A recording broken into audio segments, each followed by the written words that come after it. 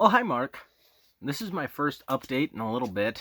I will have just uploaded my last update, probably a week prior to when I upload this update, as I just didn't, upload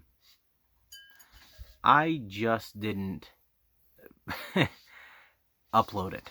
And I've had it on my phone for a long time. I've just been way too lazy, to do anything with it because I stopped caring for a little bit.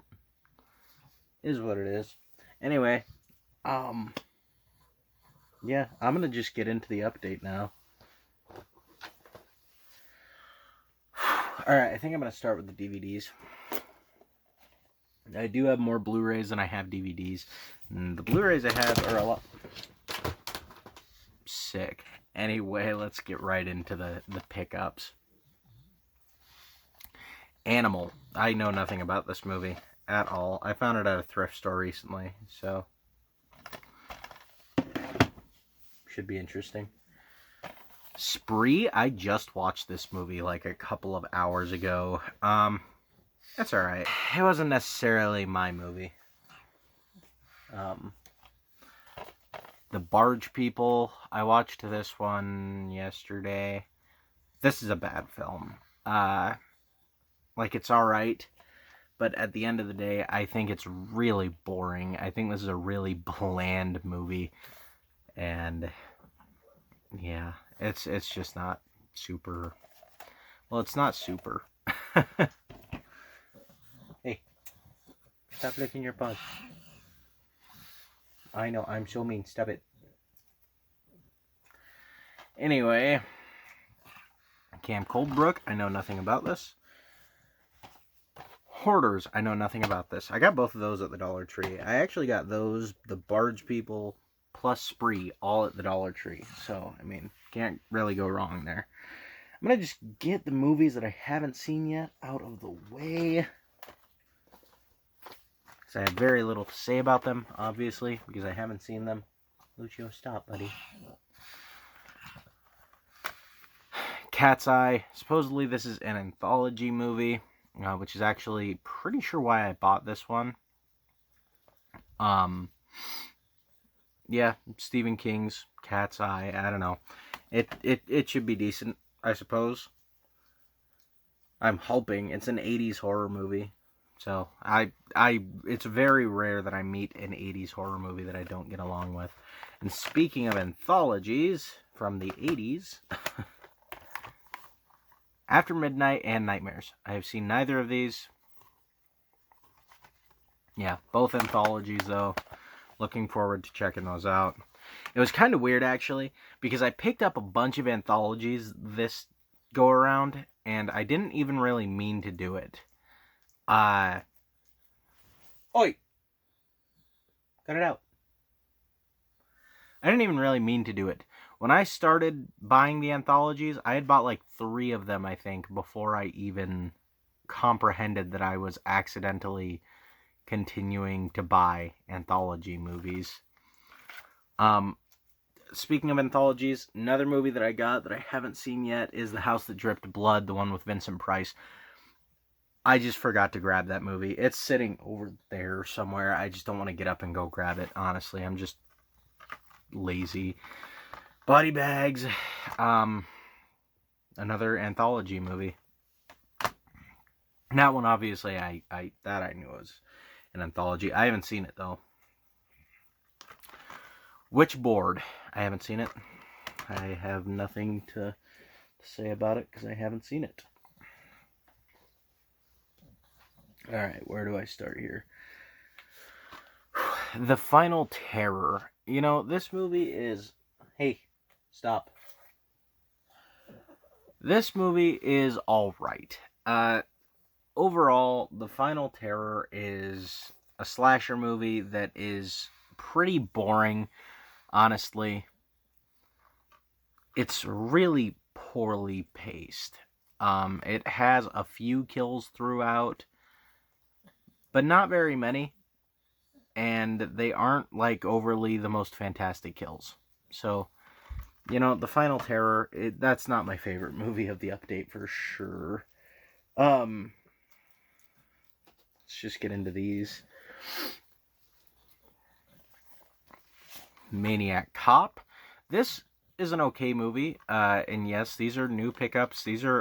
I just watched these for like the first time, most of them. Because a lot of the time I do buy movies so I can see them for the first time, even though I can stream them, but I prefer owning physical copies. Maniac Cop is an alright movie. I think Maniac Cop's a little overhyped by the horror community. Basically, all it is Jason Cop. Like, Matt Cordell is basically a Jason Voorhees as a police officer. And it's decent, but the kills are really quite bad in the Maniac Cop movies, which brings me to Maniac Cop 2, which oddly enough is the best one. Number 2 is. It is quite a bit better than the first one, and it is leagues better than the third one. But I did buy this on 4K. It was like 25 cents more expensive on Amazon for the 4K as opposed to just the Blu-ray. And this comes with the 4K and the Blu-ray, so I don't have a 4K player, but I did get to watch this on 4K over at my buddy's. And it's not like if I got the Blu-ray, I would never really watch the DVD. I'd just always watch the Blu-ray. So in my opinion, it was worth the extra 25 cents or whatever, so I got to see it on 4K. And I will eventually get a 4K player. And honestly, Maniac Cop 2, really cool. I like this movie a lot more than Maniac Cop 1. There's a police station massacre in this movie. That's really great. Maniac Cop 3. I did just have, you did just kind of hear my thoughts on this movie. I don't think this is a very good movie at all. I think Maniac Cop 1 and 2 are leagues better than Maniac Cop 3. I just think this is a rather bad movie, a rather bad sequel. Just kind of really boring and bland, and just not a ton happens in it, if I'm being entirely honest. It takes a very long time for things to get going. Matt Cordell isn't on screen for very long. Yeah, I have quite a few issues with Maniac Cop 3. The only really great thing that comes out of Maniac Cop 3 is we do get the most entertaining kill of the franchise, which is the defibrillator kill. That's probably my favorite kill of the trilogy. But other than that, I'm not huge on Maniac Cop 3. Olaf Ittenbach's No Reason. Olaf Ittenbach, I saw one other movie of, which was The Burning Moon. The Burning Moon I was pretty lukewarm on, and I'm pretty lukewarm on this film as well. There's big chunks of this movie, or I shouldn't say big chunks. There are elements to this movie that I personally don't think make any damn sense. Maybe I'm just a smooth brain, and I don't comprehend things fully. But it didn't make any sense to me. At one point, we find something out about a character, and then at another point, we find out that that's a lie about that character, and then later we're just told that thing about the character again, but we already know it's a lie, so I'm not sure why it tells us that about it. I really don't know. But No Reason, it's alright. It's literally a descent into hell and like an exploration of different levels of hell through colors, and the colors represent mood, and it's all very, honestly, weirdly enough, it's all very artsy. This is an extreme movie as well. It's really, this is not one for the faint of heart. Alone in the Dark. This was a pretty great movie. Kind of these escaped mental patients. I think I didn't pay quite enough attention to Alone in the Dark on the first watch, and I am going to have to rewatch it. But from the first watch, I actually did enjoy Alone in the Dark quite a bit. Frankenhooker. This is a really fun movie. And yeah, I really like this movie. I really appreciate the woman who plays Frankenhooker. Her facial expressions are fantastic. And even the guy that plays what's his name? What is his character's name? Jeffrey Franken. Even the guy that plays Jeffrey Franken, I like quite a bit. But yeah, Frankenhooker, really fun movie with a really kind of hilariously twisted premise. Anyway. Panic, also known as the correct title, which is Satanic Panic. This actually really pisses me off. The fact that I think it was like Walmart, when they distributed this movie, on the slipcover they did not include the word satanic because they thought it would be offensive, I guess. So it's just called Panic on the slipcover, and then you open it up and the case says Satanic Panic. It really ticks me off. I almost don't even want to display it with the slipcover because it just says Panic, and that's a misrepresentation of what the movie is, or of what the movie is called, rather. And when I put it in my collection, it's going to be under S for Satanic Panic, because that is the correct title of this movie. It just really peeved me and got under my skin.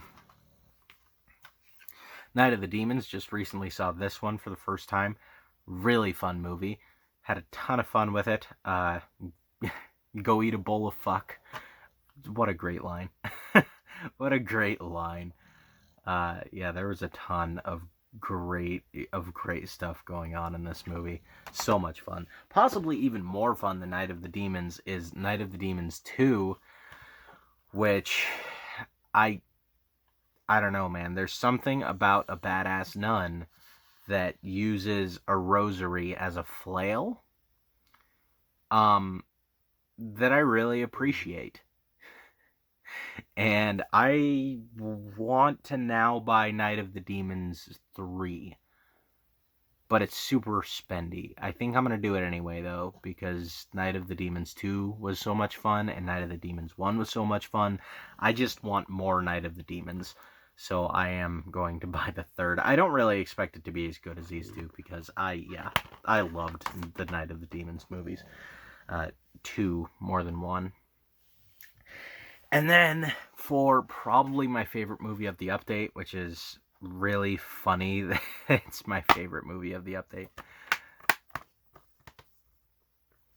Dude Bro Party Massacre 3. I love this film. I love this film. And when I say that, I know a lot of you are going to think that I'm being sarcastic. Now, when I tell you this is a masterpiece and it's amazing, then I'm being sarcastic, because this is by no means a masterpiece or amazing as a film or anything. But when I tell you I love this movie, I'm being very genuine. I love it so much. I love it so much. It is the most homoerotic thing I've ever loved. So take that how you will. But I love the shit out of this movie. It's awesome. It works as a spoof, but it's not just a spoof, because it's also like a slasher movie, because it gives you the stuff that a slasher movie, like, you would want out of a slasher movie, except for there are no breasts in this movie, to my knowledge, from like my memory. A lot of sexual humor, but there are no breasts. Hardly any female nudity at all, actually, if I remember correctly. But there are actually really good kills, and it is really funny. I mean, this is just one of the funniest slasher movies I've ever seen. Maybe you don't consider it a slasher movie, you consider it more of a spoof of slasher movies. That's okay, you're entitled to your opinion. This is a slasher movie. It is. Like it or not.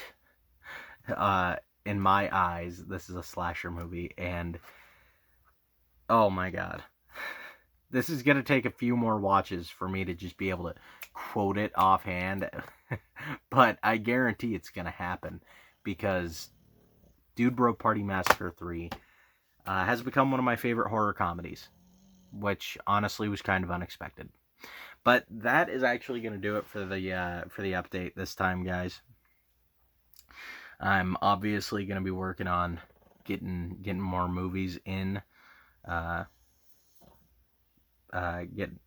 Jesus Christ, getting more movies, and I'll do an update when I feel that I have enough of them to justify making a video.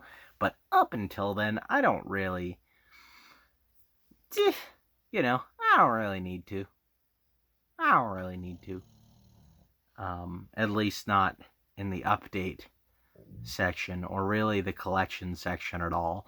I might make some top 10s, I might do some reviews, I don't know, it really depends on what tickles my cockles at the time.